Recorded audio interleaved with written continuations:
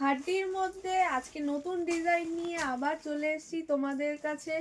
দেখো পুরো শাড়িটাই কিন্তু থাকছে এরকম ছোট বুটি কাজের মধ্যে, আর পাড়টাও কিন্তু যাচ্ছে এরকম সুন্দর কলকা করা একটা পাড়।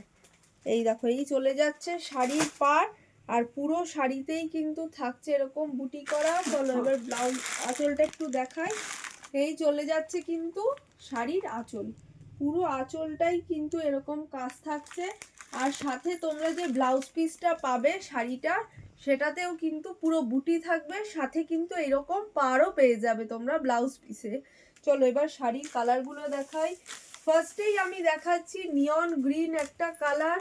তোমরা খাড্ডি যারা আগেও নিয়েছো জানো আমাদের এখানে কোয়ালিটি কিরকম হয়।